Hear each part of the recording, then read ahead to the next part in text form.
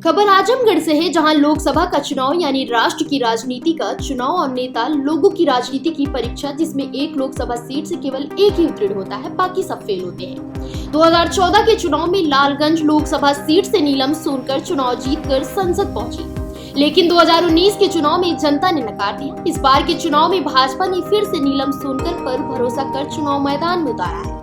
लोकसभा 2024 का चुनाव अपनी पूरी चढ़ान पर है और भाजपा के सभी प्रत्याशी योगी और मोदी के भरोसे मैदान में हैं। लालगंज की पूर्व सांसद व वर्तमान भाजपा प्रत्याशी नीलम सोनकर ने सबसे पहले योगी और मोदी के विकास कार्य के मुद्दे को अपना मुद्दा बताया है। नीलम ने ये माना कि लालगंज बहुत पिछड़ा और उपेक्षित रहा है, लेकिन 2014 में उनकी जीतने के बाद सड़क, पेयजल, बिजली की व्यवस्था दुरुस्त हुई है।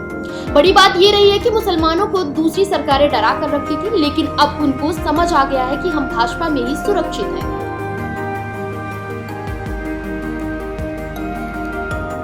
सबसे पहले तो आपके चैनल को मैं बहुत बहुत धन्यवाद देती हूँ। आप सबको बहुत बहुत नमस्कार करती हूँ।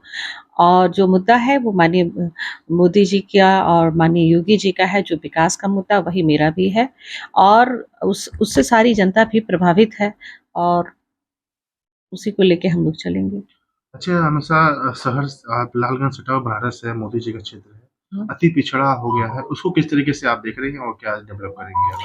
देखिए, ये बात तो सही है कि हमेशा ये हमारा जो लोकसभा है काफ़ी उपेक्षित रही है, लेकिन जब से मैं आई हूँ तब से मैं लगातार इसको प्रयास करती रही हूँ। आज आप देखेंगे कि जब 2014 से पहले क्या था, रोड पे चलना मुश्किल था, बहुत जगहों पर बिजली नहीं थी, लोगों को बहुत दिक्कतें थी। आज आप जब जाएँगे, जब गाँव में आप देखेंगे सौर ऊर्जा भी है सबके पास, पूरे गाँव-गाँव में सब जगह पे नल जल की व्यवस्थाएँ हो रही हैं, रोड की कनेक्टिविटी बढ़ रही है। आप स्वयं भी देखेंगे कि पूर्वांचल एक्सप्रेस है, यहाँ 4 लेन जो बनारस से टांडा को जाती है, उसको भी आप देखेंगे। अनेकों ऐसे रोड जो गाँव को जोड़ते हैं, आप देखते जाएँगे और पहले से और आप स्वयं में ही आपको बहुत अंतर दिखाई देगा।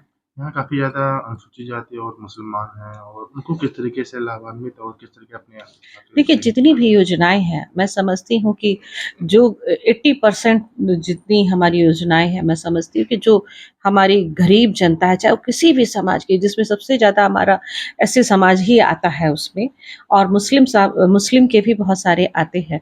तो सारे लोगों को एक समान सबको, मैं तो कल थी भी वहाँ पे एक जगह पे, तो वहाँ पे भी मैंने देखा मुस्लिम भाइयों में भी बहुत उत्साह था। वो अपने को बहुत ही सुरक्षित महसूस कर रहे थे और उनका खुद का भी कहना था कि देखिए, जो पहले की जो सरकार रहती थी बहुत भेदभाव करती थी और हमको डरा के रखती थी कि अगर आप मेरे साथ नहीं रहोगे तो मुझे बड़ा ही आपको बहुत दिक्कत होगी, आपको दूसरी सरकार आएगी तो आप उसपे बहुत परेशान हो जाएंगे।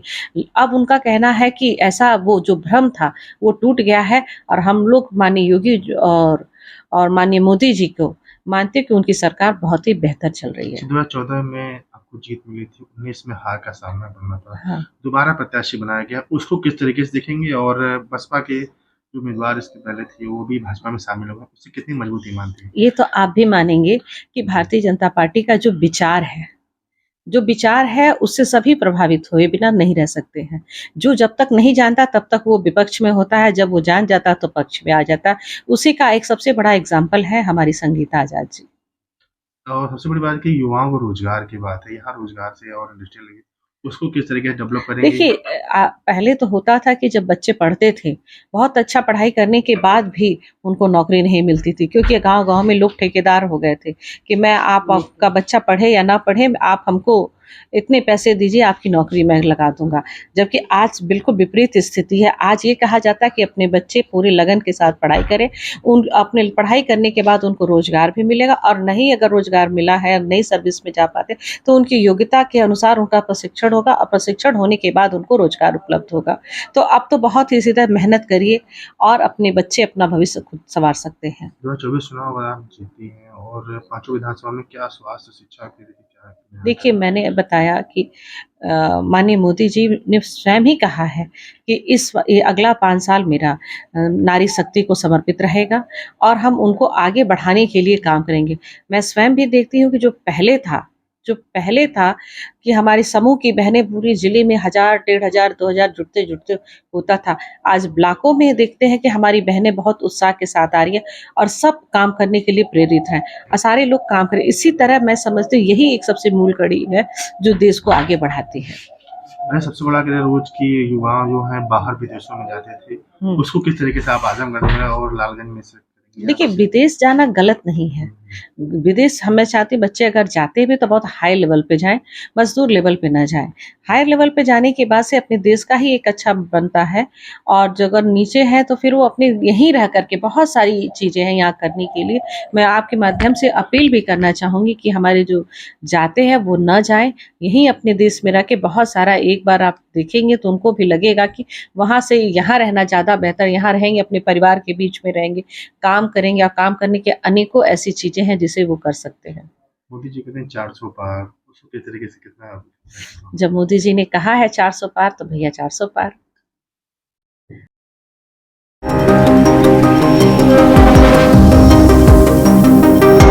फिलहाल इस खबर में बस इतना।